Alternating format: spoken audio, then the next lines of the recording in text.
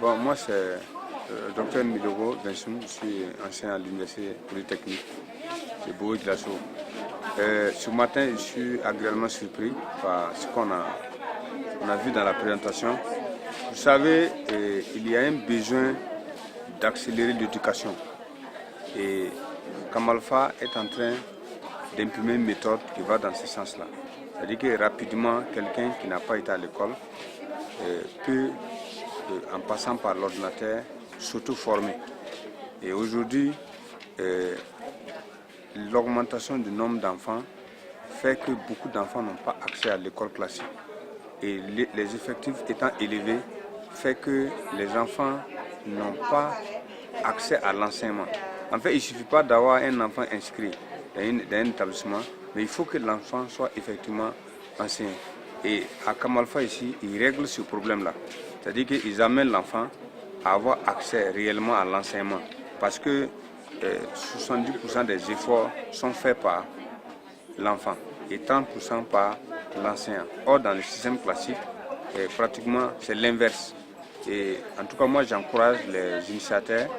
En tout cas, j'espère que nous qui sommes dans les universités, nous sommes en train aussi de réfléchir pour mettre en place des types d'enseignement comme ça.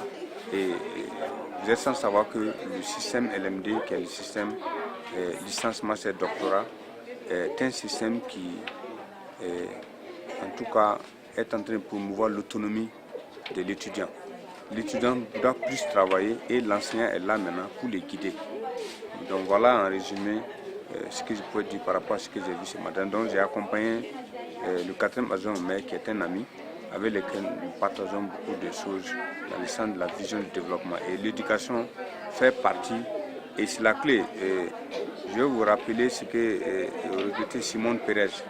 Il a dit que le prochain monde, ça appartient à ceux qui vont posséder la connaissance. Si quelqu'un quitte votre pays et il se retrouve de l'autre bout de la frontière, s'il possède la connaissance, même si vous le déshabillez, il va se réhabiller de l'autre côté de la frontière. Et j'invite les promoteurs de Kamalfa à continuer à travailler. Vous savez, l'éducation, c'est très lourd et difficile. Donc, ils doivent toujours s'adapter aux réalités locales pour pouvoir étendre l'établissement. Il ne faut pas que seulement ce soit ce projet pilote-là. Il faut que le projet soit étendu à d'autres villes du Burkina Faso pour que l'alphabétisation puisse être accélérée. Et maintenant, Kamalfa aussi, il y a deux aspects que je vois. Il y a l'alphabétisation et il y a l'école classique à travers justement l'autonomie des élèves là. Je pense qu'il faut continuer avec les deux systèmes parce qu'il y a un besoin réel d'alphabétisation au Burkina Faso. Dans la présentation, il a dit 2 millions d'enfants ont accès à l'école. Nous sommes près de 20 millions. Il y a encore près de 4 millions, 5 millions d'enfants qui n'ont pas accès à l'éducation. Et cela impacte négativement notre développement.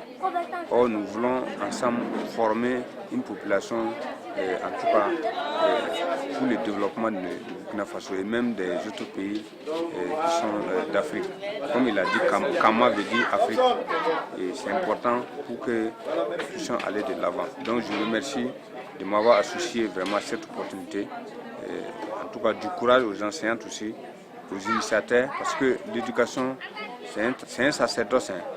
Voilà, quand tu es engagé pour former un homme, l'amener d'un niveau bas à un niveau élevé, il faut vraiment être animé d'une bonne volonté et beaucoup de courage. Donc, bon vent à Kamalfa.